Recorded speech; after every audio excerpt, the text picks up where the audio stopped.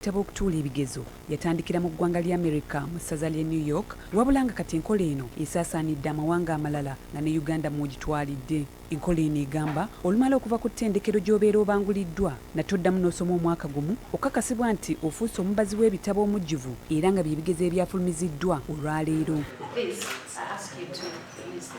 Ssentebe w'akakiiko akavunaanyizibwa ku bigezo bino mu ggwanga, Nyapendi Kayimba, bw'abadde afulumya ebivudde mu bigezo bino, ategeezezza nti ku mulundi guno ebigezo byakoleddwa bulungi newankubadde mwabaddemu okubbira.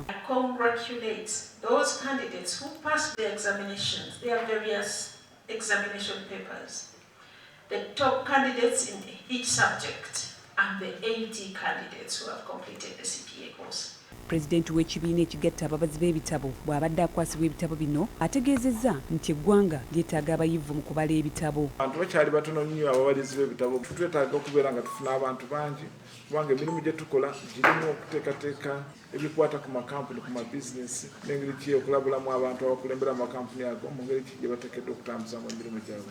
Ono alabudde okusazaamu abo bonna abeetaba mu kukoppa ebigezo era n'avumirira ekikolwa kino. Tulina disciplinary mechanisms mwe tubateeka ne tubanoonyerezaako bulungi era ne bakangavulwa. Bwe bawandukulwa ku lukalala lw'ababalizi b'ebitabo baba tebaliddamu kuluddako. Abayizi abawerera ddala 3,741 be batudde ebigezo bino, wabula nga abayizi ebitundu 47 ku buli 100 be bayise.